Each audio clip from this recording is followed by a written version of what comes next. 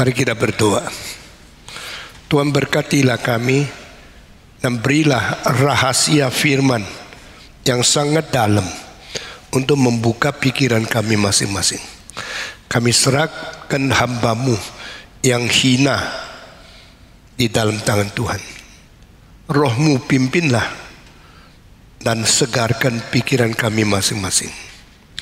Berilah pengertian, kesadaran yang sedalam-dalamnya kepada kami. Dalam nama Tuhan Yesus kami berdoa dan bersyukur. Amin. Selama ini kita bicara tentang penghakiman Tuhan. Dan setelah selesai semua penghakiman yang pernah terjadi di dalam catatan kitab suci, kita mulai menyimpulkan tentang 7 penghakiman yang terbesar. Pertama, penghakiman melalui hati nurani. Kedua, penghakiman sekitar masyarakat. Ketiga, penghakiman melalui pemerintah yang ditegakkan oleh Tuhan. Keempat, penghakiman dari Roh Kudus memberikan kesadaran manusia, memberikan kesaksian tentang dosa sendiri. Kelima, satu hari akan terjadi orang Kristen menghakimi malaikat. Nah, ini satu-satunya penghakiman yang bukan dilakukan kepada manusia. Sedangkan terbaik ini satu-satunya penghakiman di mana manusia diberi kuasa, diberi privilege, diberi hak untuk menghakimi malaikat yang lebih tinggi daripada manusia. Siapakah manusia? Hak apakah yang boleh dimiliki manusia sehingga manusia menghakimi malaikat? Bukankah malaikat sudah dicipta sebelum dunia diciptakan? Bukankah malaikat sudah ada sebelum manusia berada di dalam ciptaan?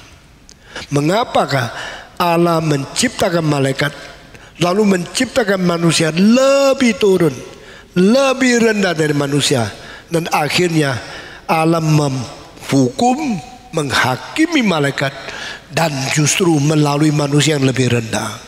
Ini rahasia terlalu besar. Umumnya kita orang biasa cuma tahu, melihat dan rasa penting yang kelihatan. Kita manusia biasa umumnya cuma tahu yang tidak kelihatan, tidak bisa terbukti, mungkin tidak ada, atau kita remeh, kita menghina, kita anggap itu semua tidak penting. Tapi orang yang berbijaksana tidaklah sedemikian. Orang bijaksana melihat bangunan yang tinggi, dia akan pikir fondasinya bagaimana. Orang bijaksana melihat pohon yang besar, dia melihat akarnya kuat tidak. Orang yang bijaksana setelah melihat yang kelihatan, dia merenungkan, meditasi, dan mau menilai yang tidak kelihatan. Karena yang tidak kelihatan mempengaruhi yang kelihatan jauh lebih besar daripada yang kelihatan berdiri sendiri. Dan orang yang melihat cantiknya wanita langsung mau menikah, tidak tahu itu bersifat pelacur atau bersifat pencuri karena tidak tahu wataknya. Tapi orang laki-laki yang pintar, selain melihat kecantikan, keindahan postur seorang wanita, dia mau menyelidiki di dalam wanita ini mempunyai watak yang bagaimana, mempunyai karakter yang indah atau tidak, mempunyai kejujuran, kesetiaan, ketekunan, dan juga akan ketabahan dan tahanan yang sangat jauh. Dengan demikian, yang tidak kelihatan sangat mempengaruhi yang kelihatan. Ini menjadi prinsip yang membuat orang bijaksana tidak sembarangan goncang. Bagaimana dengan seluruh gejala dunia, matahari, bulan, bintang-bintang, pohon-pohon, gunung, laut, darat, sawah, bukit, tumbuh-tumbuhan, binatang-binatang. Ini semua kelihatan. Tapi di belakang dunia yang kelihatan ada apa? Dan yang tidak kelihatan itu bagaimana membuktikan berada. Keberadaan mereka bagaimana mempengaruhi yang kelihatan, yang seolah-olah tidak terlalu penting. Ini diselidiki oleh orang yang berotak mendalam dan mempunyai hati yang sungguh-sungguh mau mengerti rahasia dari segala kebenaran secara faktal. Saudara-saudara, itu sebab kita melihat di dalam dunia ada yang disebut fisika, yang disebut sains, ilmu pengetahuan yang menyelidiki yang kelihatan. Tapi di dalam dunia masih ada agama yang membicarakan tentang yang tidak kelihatan. Sehingga di dalam kedua dunia ini, siapa yang memberi jaminan? Siapa memberikan jawaban? Siapa memberi kesungguhan realita fakta, realita yang tidak bisa sembarang disangkalkan? Bagaimana kita mengetahui keabsahannya? Bagaimana kita mengetahui realita yang sejati, yang substansinya tidak digoncangkan itu? Nah, ini semua adalah pemikiran yang penting sekali. Kita bukan manusia biasa, kita bukan makhluk yang tidak berintelektual. Kita adalah manusia yang dicipta menurut peta teladan Allah, sehingga kebenaran Allah harus menjadi intisari pikiran kita. Kesucian Allah seharusnya menjadi tuntutan karakter kita. Cinta kasih Allah seharusnya menjadi hal yang mengisi jiwa kita. Kehendak Allah seharusnya menjadi yang memberikan pedoman kepada cara kita menghidup. Dengan demikian Allah dan manusia, hubungan itu, pengetahuan dan rahasia jauh lebih besar daripada mencari sekedar pengetahuan yang kelihatan di dalam fisika, di dalam materi, di dalam dunia yang fana ini. Saudara-saudara, yang tidak kelihatan mempengaruhi yang kelihatan. Jikalau yang tidak kelihatan tidak menjadi fondasi yang kuat, yang kelihatan akan menjadi bangunan yang cepat roboh. Pernah satu kali 4 rumah, yang satu 10 susun, yang satu 12 susun, yang 2 lagi belasan susun. 4 rumah yang tinggi dibangun, kelihatan indah sekali, kelihatan kuat sekali, kelihatan pakai bahannya mewah sekali. Mendadak ada satu goncangan besar melalui gempa bumi yang terjadi di kota itu. 4 ini roboh. Waktu roboh semua menuju ke bersatu arah, dan setelah jatuh orang di dalamnya banyak yang mati, banyak yang luka. Setelah 4 bangunan tinggi sampai lebih 100 meter semua roboh, baru kelihatan di belakangnya itu dia punya fondasi cuma 3 meter. Besi keluar, kira masuk besi 3 meter sudah kuat, bisa memuat keberatan daripada 10-12 susun rumah yang tinggi itu. Setelah jatuh baru kelihatan telanjang garis daripada besi-besi 3 meter itu menjadi fondasinya. Orang mulai mentertawakan, ini arsitek yang bodoh, ini arsitek yang tidak terbelajar, ini arsitek yang tidak bertanggung jawab. Masa dengan besi barang batang-batang 3 meter menjadi fondasi, berani diri bangunan yang 80-100 meter, yang beberapa belasan daripada susun itu. Saudara, waktu saya melihat gambar foto yang dikirim tentang 4 gedung yang jatuh dan kelihatan fondasi yang terlalu pendek, saya sedih sekali. Saya tahu yang dirikan bangunan seperti ini cuma pikirnya bagaimana cara untung uang, bagaimana menghemat modal, bagaimana mendapat keuntungan sebanyak mungkin. Tapi setelah jatuh, orang tua di dalam rumah itu akan mati, akan gegar otak, akan lumpuh patah tangan, patah kaki. Siapa yang bertanggung jawab? Saudara-saudara, kasus seperti ini terlalu banyak yang bisa kita nemukan setiap hari di dunia ini. Dunia sekarang kacau balau, tidak mempeduli yang tidak kelihatan, bagaimana mempengaruhi yang kelihatan. Kalau dunia sekarang sudah begitu turun rebah seperti ini, saya mau tanya, hari depan manusia akan kemana? Saudara-saudara kita setiap hari tenang karena Indonesia ekonomi masih bagus, tapi tidak berarti Indonesia tidak ada masalah, tidak berarti kita akan stabil terus. 5 tahun lagi Indonesia jadi apa? Kita tidak tahu. 500 tahun yang lalu Belanda merampas rempah-rempah dari Indonesia. Waktu itu Indonesia dijajah, Belanda berjaya. Kemudian Belanda sekarang mulai miskin. Indonesia mempunyai potensi kekayaan luar biasa banyaknya. Dunia terus berubah. Manusia harus bagaimana menghadapi dunia yang akan datang. Saudara-saudara, mengapa kita di dalam dunia begitu kacau masih khotbah tentang malaikat dihakimi dan sebagainya? Justru kunci mengetahui segala sesuatu di dalam dunia ciptaan adalah mengerti bagaimana ordo alam semesta, the cosmic order, the cosmic system, and the cosmic relationship. Semua ini mempunyai pikiran yang sangat kait satu dengan lain, tetapi manusia yang dangkal tidak memikir dan dikira tidak ada hubungan apa-apa. Itu sebab gereja ini mempunyai tugas yang berat untuk membuat pikiran itu mengerti secara tuntas akan segala sesuatu yang sangat rumit ini. Saudara-saudara, tidak apa-apalah asal besinya cukup, asal betonnya kuat, asal susun-susunnya semua dibangun dengan alat yang bagus. Tidak apa-apa asal semua kayu jati, semua aluminium yang besar, semua besi yang kuat, dan atap ditutup dan hangat, jangan bocor, rumah ini akan aman. Tetapi sebenarnya sama sekali bukan begitu.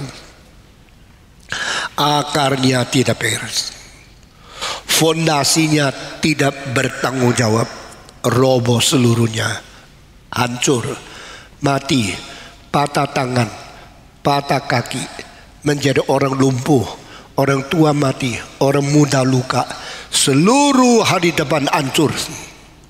Ini keadaan sekarang di dunia ini. Saudara-saudara, dunia ini akan lewat, iya. Dunia akan selesai, iya. Bagaimanapun materi itu tidak kekal.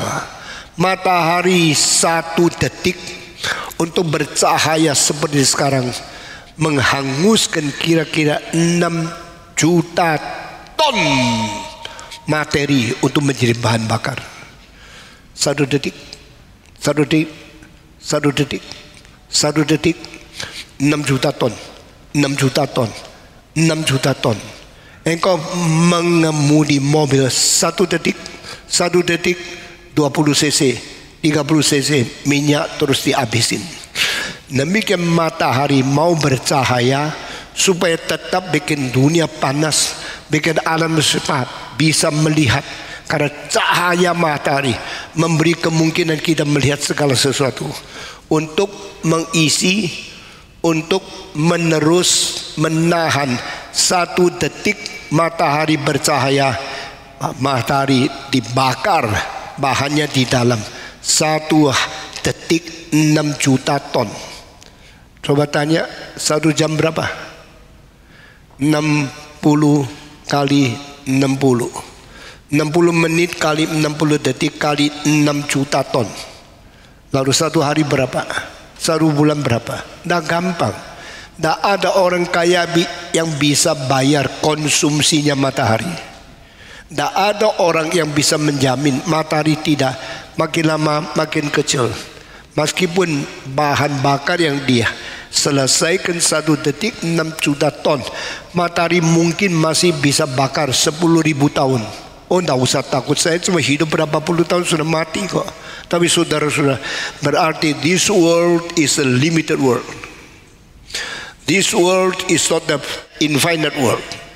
This is not an unlimited world. Karena segala sesuatu ada batasannya. Jangan kira manusia itu kekal dan manusia boleh sombong. Secara jiwa kita memang kita diciptakan dengan zat kekekalan. Secara tubuh, secara materi kita semua harus mengakui ada limitasi, ada kematian, ada berhentinya. Karena semua melihat akan keterbatasan itu. Saudara, saya mau lihat apakah begitu gampang? Tidak. Yang lebih sulit adalah mengetahui dunia yang dicipta oleh Tuhan secara kelihatan dan dunia yang dicipta tidak kelihatan sebelum dunia ini yang kelihatan diciptakan. Itu adalah dunia yang unseen, invisible world, yaitu Tuhan menciptakan dunia rohani. Setelah selesai seputaran dari dunia rohani itu, maka dia mulai ciptakan dunia yang kelihatan. Sebelum manusia dicipta, Tuhan sudah cipta malaikat. Sebelum dunia dicipta, Tuhan sudah menghabiskan satu putaran daripada peristiwa yang terjadi di dalam dunia yang tidak kelihatan, yaitu peristiwa event-event yang diizinkan Tuhan terjadi di dalam dunia tidak kelihatan, antara malaikat, antara penghulu malaikat, antara yang dicipta dengan Allah yang mencipta semua itu. Saudara-saudara, di dalam sebelum dunia ini diciptakan, di dalam ciptaan dunia tidak kelihatan itu, Tuhan pernah memberikan satu perintah, dan perintah itu mendengung sampai seluruh alam semesta mendengar. Tuhan berkata, let all the angels of God worship Him. Itu satu perintah yang sangat aneh, perintah yang sangat superior, sangat transenden. Tapi tidak banyak orang mengerti. Tuhan memerintahkan segala sesuatu roh yang diciptakan harus menyembah kepada seorang yang ditunjuk, yaitu anak Allah yang tunggal. Let all the angels of God worship Him. Yang disebut Him itu siapa? Seorang anak putra Allah yang tunggal. Selain Allah Bapa, masih ada Allah Anak, Allah Roh Kudus, Tritunggal in one God. Allah Bapa, Allah Anak, Allah Roh Kudus, tri pribadi yang berada di dalam pembentukan satu ilahi yang suci. Dan Allah berkata, let you all the angels worship my son. Semua harus berbakti, harus bersujud kepada anakku ini. Pada saat perintah itu diberikan, malaikat-malaikat semua tunduk. Malaikat semua datang kepada Yesus dan memberikan pujian, memberikan bakti, memberikan sembah sujud kepada Dia. Di antara semua yang bersujud, ada satu malaikat yang berkata, no, I do not want to worship your son. I worship only you. I believe in God, but I do not believe in the Son of God. Aku percaya kepada Allah, tapi aku tidak percaya kepada anak Allah. Saya percaya kepada Allah yang Esa, Allah yang Maha Tinggi, tapi tidak ada hubungan dengan Allah yang ada anak tidak anak. Itu saya tidak peduli. Dengan demikian perintah Allah dikhianati oleh yang dicipta. Allah yang mencipta telah menciptakan yang dicipta, sehingga yang dicipta itu mempunyai hak dan diberikan izin oleh Allah untuk melawan yang mencipta. Bukan ini satu crucial creation? Bukankah ini satu hal yang menakutkan? Yang dicipta boleh melawan Allah yang mencipta. Mengapa begini saya tidak ngerti. Saya harus kasih tahu ke saudara, banyak hal yang rumit di dalam hal rohani kita tak mungkin mengerti. Bukan saja saya tidak mengerti, pendeta-pendeta lain tidak mengerti, teolog-teolog tidak mengerti, malaikat pun tidak mengerti. Karena ini kehendak Tuhan Allah sendiri. Allah menciptakan yang diciptakan itu untuk berbakti kepada Tuhan. Tetapi Allah mengizinkan yang diciptakan itu boleh berontak kepada Allah. Kenapa mengizinkan itu? Saya tidak ngerti. No one understand why God created the creations, created the creatures, and give them the possibility and the power, privilege to oppose God. Kenapa Allah menciptakan sesuatu dan memberikan hak untuk yang sesuatu itu berhak dan diberikan untuk kebebasan melawan Tuhan Allah? Tidak ada orang mengerti, but it is fact. Tetapi ini fakta. Kita bisa menerima karena ini sudah tercantum di dalam kitab suci. Manusia ada kebebasan, sama seperti ini. Malaikat ada kebebasan. Waktu God mengatakan semua malaikat sembah sujud kepada anakku, ada satu penghulu malaikat namanya Lucifer yang mana, no, I'm not going to worship your son because I believe in God and only God. I don't believe in son of God. Tidak percaya pada anak Allah. Oke, lalu Allah, karena yang mencipta Allah dia, memberikan hak untuk berontak kepada dia adalah ia. Maka Allah menerima fakta diberontaki oleh seorang penghulu malaikat, dan Allah berkata, now I call you Satan, because you are my hindrance, you are my obstacles, you are the one who oppose me, reject me, and the one who try to fight against me. Engkau yang melawan saya, engkau yang menjadi musuh saya, menjadi oponen saya. Saya izinkan engkau melawan, tapi saya menyatakan satu nama, engkau adalah pemberontak, engkau adalah penghalang, engkau adalah perintang aku. Istilah perintang, penghalang, obstacles di dalam bahasa Ibrani adalah setan. Setan kau. Maka kalau ditanya, setan dari mana? Tuhan yang ciptakan atau ada para sendiri? Banyak simpang siur di dalam keagamaan, sehingga di dalam agama Persia, agama Zoroaster, mereka memang katakan Allah yang terang ada pada sendiri, Allah yang gelap pada ada sendiri. Karena dua-dua sama ada, sama dua-dua berada dari kekal sampai kekal. Itu interpretasi agama Persia. Agama-agama lain di Tiongkok ada baik, ada jahat. Manusia itu baik atau jahat? Maka ada dua aliran. Aliran pertama di dalam Konghucu itu diturun kepada Mencius, manusia dari permulaan sifatnya baik. Tetapi sama-sama di aliran Konghucu atau aliran lain yang daripada yang tidak setuju, maka dia mengatakan permulaan sifat manusia jahat. Apa sebab? Karena perlu dididik, berarti tadinya tidak baik kan? Tidak baik, maka melalui pendidikan belajar supaya menjadi baik. Kenapa perlu pendidikan? Karena tadinya jahat. Setelah pendidikan mengajar baik, akibatnya menjadi baik. Jadi from evil to become good, the means is education. Tetapi Mencius mengatakan tidak. Manusia dari permulaannya baik, tapi mengapa menjadi jahat? Karena manusia baru melalui pengkupasan pendidikan baru munculkan kebaikan. Nah, saya tidak mau debat di sini. Saya mengajar filsafat Asia, filsafat Konfusianisme sudah lama. Tapi saya minta saudara perhatikan, kebaikan itu kalau memang asalnya ada, dari mana kebaikan menjadi jahat? Kalau memang dari kecil anak itu baik, kenapa belajar jahat? Saudara mengetahui, mau belajar baik berpuluh-puluh tahun, mau belajar jahat 1 menit cukup.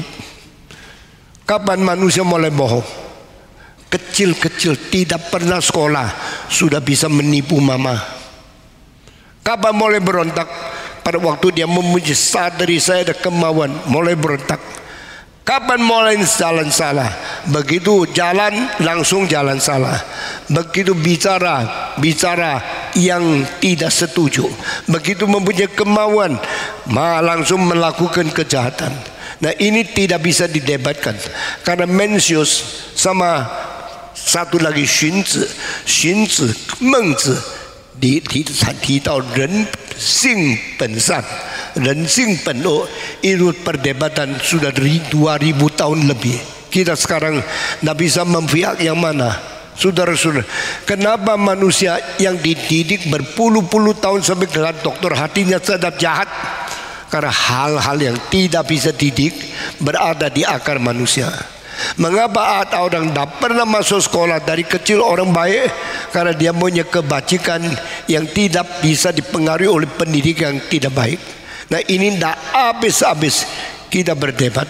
Tapi Alkitab berkata kepada kita, ada jahat bukan dicipta, tapi diberi kebebasan, lalu berkembangnya salah, akhirnya menjadi jahat. Waktu Allah mencipta malaikat, semua baik, dan Allah memberikan malaikat kebebasan, boleh hidup taat kepada Tuhan, juga boleh hidup semau dewi.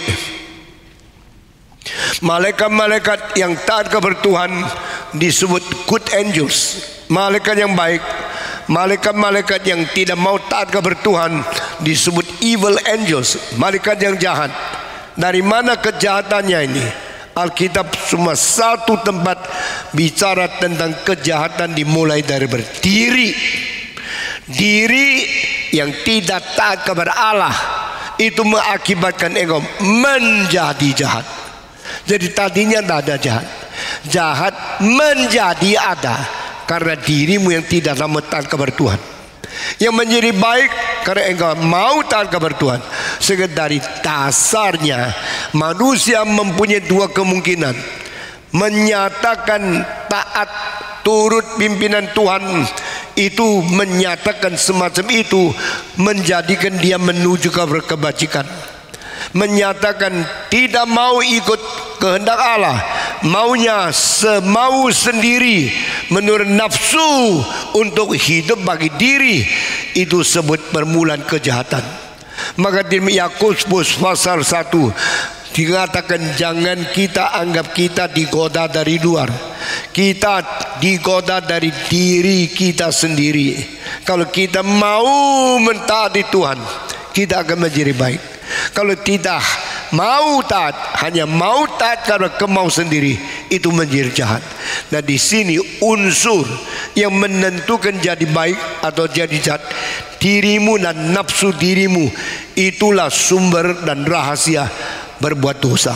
Saya sudah tulis satu buku, tapi dalam bahasa Mandarin, kira-kira 200 halaman, mengenai penyelidikan sumber dosa dan sumber kejahatan. Buku ini sudah dijual di Hong Kong dan sudah banyak orang membaca, tetapi belum diterjemahkan ke Indonesia. Harap sebelum saya mati buku ini bisa diterjemahkan ke Indonesia. Karena di dalam dunia teologi hampir tidak banyak hamba Tuhan atau teolog yang cukup menulis buku tentang judul yang penting ini. Namun saudara-saudara, karena setan mengatakan saya tidak mau bersembah sujud kepada anakmu, maka Tuhan bilang setan kau, lalu dilempar turun dari surga. Tetapi waktu lempar ke dalam dunia ini, keluar dari surga, setan tidak mau langsung datang ke bumi manusia. Sekarang dia tidak lagi di surga, dia juga tidak mau di manusia. Di tengah asa, di tengah-tengah angkasa, setan menjadi perintang Allah dan penghambat manusia. Manusia mau berbakti kepada Allah, mau bersyukur kepada Allah, mau berdoa kepada Allah, di stop oleh dia, penghalang. Dan Allah mau memberi berkat kepada manusia, Allah mau mengkarunia manusia, Allah mau menyerahkan manusia. Rencana penolongan dari Tuhan di stop oleh dia, sehingga dia penghalang Tuhan Allah yang akan memberi berkat. Juga penghalang manusia akan berbakti kepada Tuhan. Dia penghalang di tengah-tengah Allah dan manusia. Itu sebab menyelesaikan kesulitan ini caranya bagaimana? Tuhan berkata, saya akan kirim Yesus dari surga turun ke bumi untuk membereskan kesulitan setan yang merintangi di tengah-tengah saya dan manusia. Itu perlu Kristus yang turun menjadi manusia. Hari ini kalau engkau mengerti kerangka khotbah ini, engkau seumur hidup bahagia. Engkau mengerti teologi yang paling dalam, dan engkau menjadi orang Kristen yang berbijaksana luar biasa. I am going to send my son, incarnated from heaven to human being and to the world to become a human being. Saya akan turunkan anakku yang harus disembah sujud oleh semua malaikat. Inkarnasi turun ke dunia menjadi manusia. Lalu dia menjadi seperti manusia, hidup di dunia. Bedanya manusia berdosa, dia tidak berdosa. Itulah sebab Yesus yang tidak berdosa baru sanggup menjadi juru selamat, menolong dan menyelamatkan kita masing-masing. The incarnated Christ, the God who came to the world, has no sin. He is sinless. He is absolutely holy. That is the reason He can redeem our sin. Yesus yang turun ke dunia tidak berdosa. Itu sebab Yesus bisa menebus dosa kita. Ini cara Tuhan yang paling bijaksana. Tetapi pada waktu turun dari surga ke bumi, turun menjadi manusia, dia berarti tadinya Allah, sekarang manusia. Statusnya berubah. Dan setan yang sudah di dunia melihat Yesus turun, wah dia senang sekali. Nah, dulu di surga aku tidak taat dan tidak menyembah engkau. Aku disebut setan. Aku diturunkan ke dunia. Sekarang engkau turun sendiri. Awas, engkau di dalam wilayah saya. Setan yang merasa diri lebih tinggi daripada manusia, waktu melihat Yesus jelma menjadi manusia, dia bilang, inilah kesempatan saya. Kesempatan saya sudah tiba, dan saya sekarang kerjain kamu, karena kamu melebihi rendah saya. Mari kita membaca Ibrani pasal kedua. Semua buka kitab suci dengan teliti. Kita membaca Ibrani pasal kedua dari ayat 7. Namun engkau telah membuatnya untuk waktu yang sangat sedikit lebih rendah daripada malaikat dan telah memahkotainya dengan kemuliaan dan hormat. Kalau saudara ayat 5, 6 baru teruskan ke 7.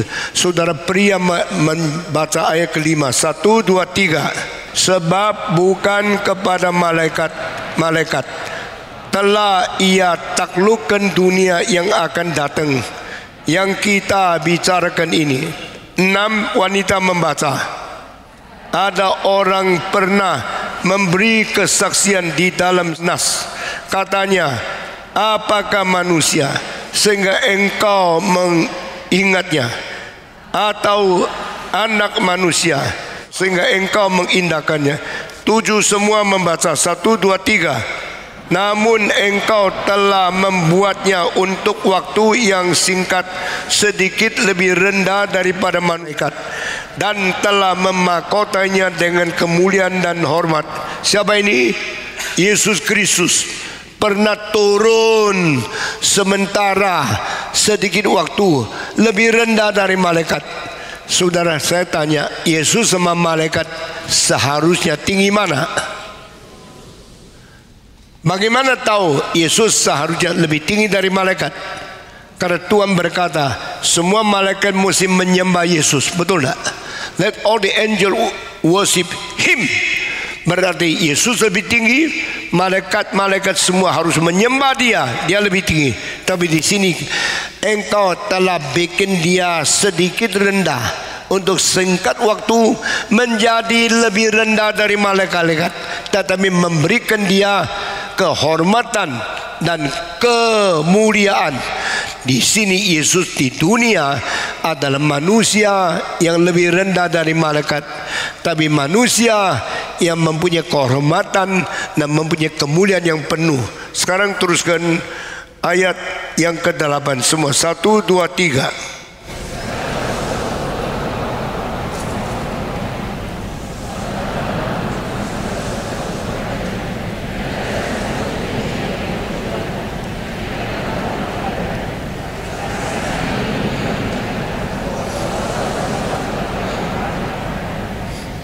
segala sesuatu telah ditaklukkan kepadanya.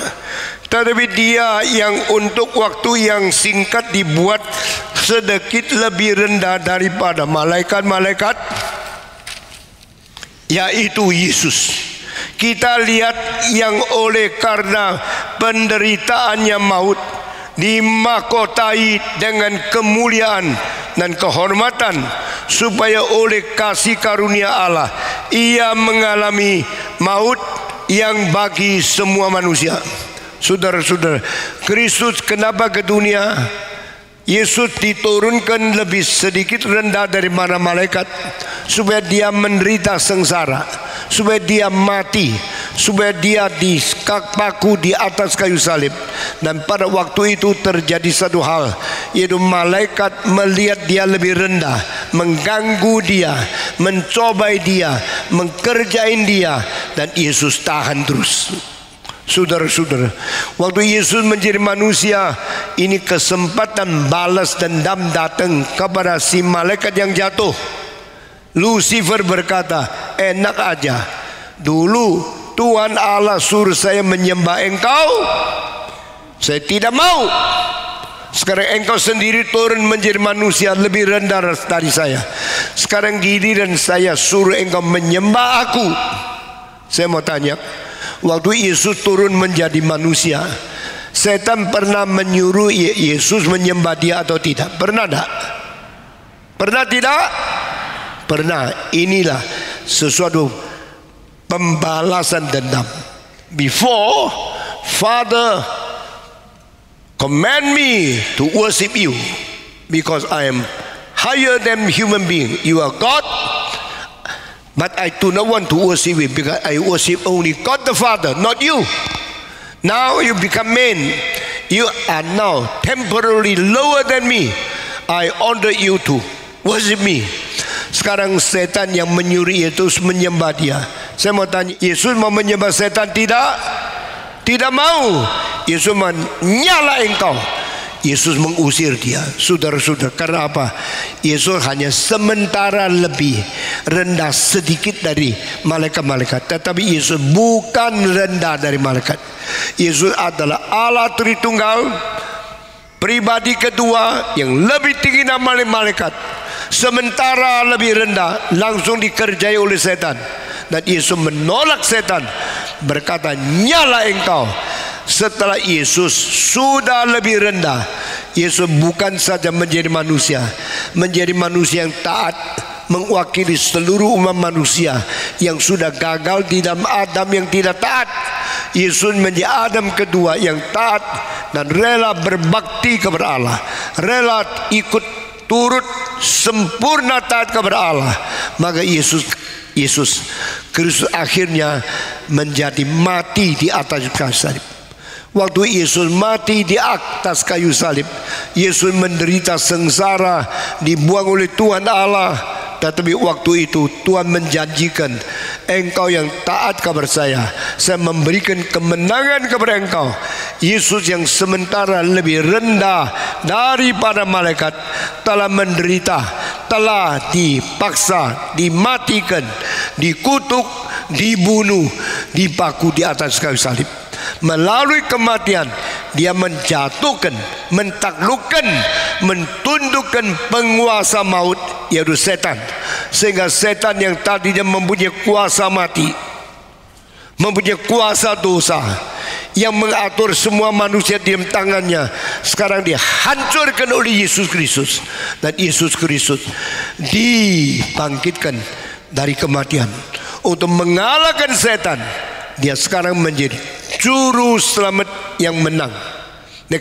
Dengan demikian, Yesus bukan takluk di bawah setan, Yesus mentaklukkan setan di bawah dia. Sekali lagi, Yesus tidak ditaklukkan oleh setan. Sebaliknya, Yesus mentaklukkan setan di bawah dia. Setan kehilangan tiga: penguasa dosa, penguasa maut, penguasa kegelapan. Yesus menghancurkan, sehingga Yesus mengalahkan dosa, Yesus mengalahkan kegelapan, dan Yesus mengalahkan kematian. Yesus setelah mengalahkan dosa, mengalahkan kematian, mengalahkan kegelapan. Yesus mati dan akhirnya menjadi apa?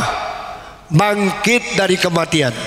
Kemenangan Yesus ini mewakili sesuatu kepercayaan bahwa Allah akan memberikan keselamatan melalui Kristus yang sementara turun lebih rendah dari malaikat, setara rela taat sampai mati, tapi bukan dikalahkan oleh maut, bukan dikalahkan oleh dosa, bukan dikalahkan oleh kegelapan, tapi Yesus menelan kegelapan. Yesus menghancurkan kematian dan Yesus mentaklukkan penguasa maut. Siapa itu? Yaitu iblis. Sehingga setan sekarang ditaklukkan. Yesus bangkit pula dari kematian dan dia berkata, I am the life, I am the resurrection. Dua istilah yang muncul di dalam Yohanes pasal 11. Yesus adalah kebenaran, Yesus adalah kebangkitan, Yesus adalah kehidupan. Sekarang setan tidak bisa menguasai. Sehingga setiap orang yang percaya Yesus tidak lagi berada di bawah belenggu iblis. Semua orang Kristen yang percaya Yesus Kristus tidak perlu takut kematian. Semua orang yang sudah menerima Yesus Kristus, ikut Kristus mengalahkan setan, ikut Kristus mengalahkan dosa, ikut Kristus mengalahkan kebinasaan, mengikut Yesus mengalahkan kegelapan.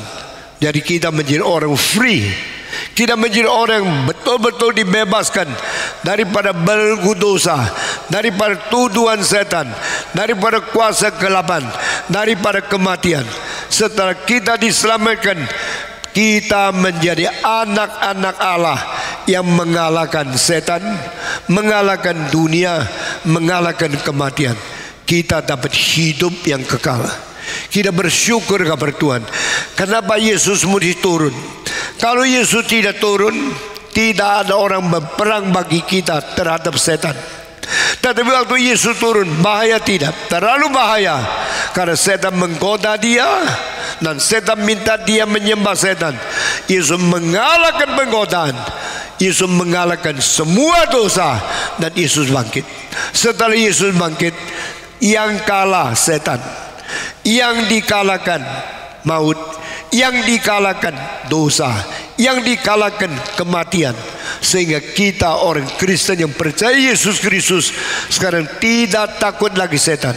Setan yang tadi turun dari surga tengah angkasa menjadi perintah manusia dan Allah, di hadapan Tuhan dia menolak anugerah yang diturunkan. Di hadapan manusia dia menghadapi doa yang dinaikkan. Di tengah-tengah ini dia menjadi penghalang. Tapi Kristus turun, Kristus mengalahkan setan. Kristus menjadi only mediator yang menjadi pemenang atas penghalang. Tuhan menurunkan anugerah, setan halang, Tuhan buang halangannya. Manusia berdoa, setan menghambati, Tuhan membabat setan. Sehingga anugerah Tuhan dari surga bisa sampai kepada manusia. Tidak? Bisa tidak? Bisa, karena setan sudah dibuang. Dan manusia yang mau berdoa kepada Tuhan bisa diterima Tuhan tidak? Bisa tidak? Bisa, karena setan sudah tidak berkuasa. Sehingga kita berdoa dalam nama Yesus, dan Tuhan memberikan anugerah melalui Kristus. Kristus satu-satunya pengantara. Karena apa? Dia pernah turun dari surga ke dunia. Dia pernah berubah dari Allah menjadi manusia. Dia pernah inkarnasi dari yang pencipta menjadi yang dicipta. Sehingga Paulus berkata, inilah rahasia terbesar. Alangkah besarnya rahasia ibadat, yaitu Allah menjadi manusia. Tuhan turun ke dunia. Yesus menjadi dilahir di palungan. Ini inkarnasi adalah rahasia alam semesta yang terbesar, sehingga Allah beserta dengan kita. Saya mau tanya, setelah Yesus mengalahkan setan, Yesus menjadi pemenang. Pemenang di dalam hal apa? Pemenang terhadap kuasa setan, kuasa dosa, dan kuasa kegelapan, sehingga kematian, kegelapan, kutukan dari Tuhan semua ditolak, dan berkat keselamatan, penebusan Tuhan digenapi oleh Yesus Kristus. Kenapa kita percaya kepada Tuhan Yesus? Kita sekarang memiliki seorang penebus yang sudah menang atas segala penguasa kematian. Kita membaca Ibrani pasal 2 ayat ke-15. Semua membaca dengan teliti. Ibrani pasal 2 ayat yang ke-14 saya baca, 15 semua membaca. Karena anak-anak itu adalah anak-anak dari darah dan daging. Berarti yang kelihatannya, maka ia juga menjadi sama dengan mereka dan mendapat bagian dalam keadaan mereka, supaya oleh kematiannya ia memusnahkan dia yang berkuasa atas maut. Semua membaca 14. 1, 2, 3. Karena anak-anak itu adalah anak-anak dari darah dan daging, maka ia menjadi sama dengan mereka dan mendapat bagian dalam keadaan mereka, supaya oleh kematiannya ia memusnahkan dia, yaitu iblis yang berkuasa atas maut. Ayat 15, dan supaya dengan jalan demikian ia membebaskan mereka yang seumur hidupnya berada dalam perhambaan oleh karena takutnya kepada maut. Kita takut mati, kita hidup di dalam darah dan daging. Untuk menyelamatkan kita, Yesus sendiri harus turun inkarnasi, masuk ke dalam tubuh yang berdarah daging seperti kita. Kalau Yesus tidak menjadi manusia, kalau Yesus tidak ada darah dan daging, dia tidak mungkin menjadi pengganti, dia tidak mungkin menjadi pengantara. Yesus mau menjadi pengantara, Yesus mau menjadi pengganti, dia harus sendiri berdarah dan daging. Sudah berdarah dan daging, dipaku di atas kayu salib, melalui darah dan daging mengganti, mewakili kita berperang dengan setan, dan setan dikalahkan oleh Yesus. Dia melepaskan kita dari ketakutan akan kematian, dan kita menjadi orang bebas. Kita menjadi orang yang bebas. Kita menjadi orang yang tidak lagi dibelenggu. Kita menjadi orang yang menang akan dosa, menang atas setan yang menguasai kematian. Kita bersyukur.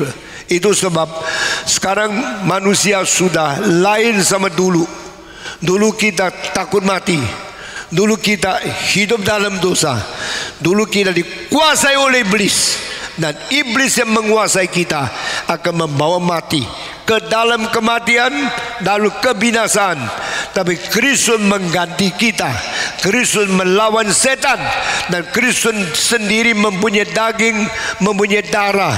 Melalui daging dan darah dia mengganti kita mati dan mengalahkan penguasa kematian, yaitu iblis. Dengan demikian iblis dikalahkan, Yesus menang atas iblis, dan Yesus memberi hidup baru kepada kita. Kita disebut orang Kristen, hidup di dalam Kristus. Kita takut lagi kepada setan atau tidak? Kita masih dibelenggu oleh iblis atau tidak? Kita masih takut kematian? Tidak. Tidak. Saya minta saudara perhatikan, kalau engkau orang Kristen yang sejati, mestinya jangan takut mati. Banyak orang ketakutan mati, luar biasa takutnya. Takut COVID, takut ini, takut itu. Akhirnya kita menjadi budak kematian. Kita menjadi budak dosa. Kita menjadi budak yang dibelenggu oleh iblis. Di sini kita akan katakan iblis sudah dikalahkan. Yesus sendiri menjadi daging dan darah, mewakili kita mengalami kematian, dan Yesus sendiri mengalahkan dia yang menguasai kematian, yaitu iblis. Setelah itu Yesus membebaskan kita dari belenggu ketakutan akan kematian. Kita menjadi orang menang. Puji Tuhan. Setelah kita menjadi orang yang menang, kita tidak takut lagi kematian. Sekarang saya tanya, Stephen Tong sudah umur 82. Stephen Tong bisa mati tidak? Jawab, bisa. Saya takut mati tidak? Tidak. Buktinya, pendetamu ini betul-betul tidak takut mati. Di dalam keadaan COVID, saya tetap melayani. Di dalam keadaan susah, saya tetap naik kapal terbang. Di dalam keadaan sangat bahaya, saya tetap berkhotbah, bertemu dengan ribuan orang di mana saya pergi. Karena apa? Nah, boleh kita dihalangi oleh kuasa maut. Nah, ini namanya kemenangan. Sudah kemenangan terjadi, gereja kembali. Yang dulu tidak mau datang, dia datang sekarang lagi. Kita menjadi lebih berani lagi. Di seluruh dunia banyak negara ketakutan luar biasa. Mari kita betul-betul beriman kepada Tuhan, dan kita harap Tuhan dengar doa kita, dan kita akan menerobos kesulitan. Dan saudara-saudara, kalimat terakhir, setelah manusia mengalahkan semua, akibatnya Tuhan memberi hak kepada manusia untuk apa? Menghakimi malaikat semua. Tuhan memberikan kekuatan kepada manusia untuk menghakimi malaikat. Inilah hakim kelima. Bagaimana menghakimi malaikat? Maka bagaimana dihakimi? Mari kita berdoa. Semua tunduk kepala, kita masuk doa. Harley naik ke atas, pimpin kita untuk merangkumkan khotbah tentang penghakiman terhadap malaikat. Mari kita berdiri bersama-sama. Kita semua berdiri berdoa. Bapa di sorga, kami bersyukur, berterima kasih. Justru di dalam penghakiman-Mu lah ada pernyataan keselamatan di dalam kami. Dalam anugerah-Mu yang begitu besar yang telah memimpin dan memelihara kami, menebus kami dan memanggil kami untuk menjadi hamba-hamba-Mu, menjadi saksi-Mu di tengah-tengah zaman ini. Biarlah kiranya kami boleh meresponi dengan hati yang mau bertaut kepadamu, menjadi hidup yang dipersembahkan untuk dipakai bagi kemuliaan-Mu. Biarlah kiranya nama-Mu yang ditinggikan dan firman-Mu yang terus diberitakan di tengah-tengah zaman ini. Biarlah kiranya Allah yang bertahta dinyatakan, dan kami hamba-hamba-Mu boleh bersuka di dalam Engkau. Terpujilah Engkau ya Allah kami yang hidup di dalam Kristus Yesus Tuhan, Juru Selamat kami yang hidup. Kami berdoa, kami bersyukur. Amin.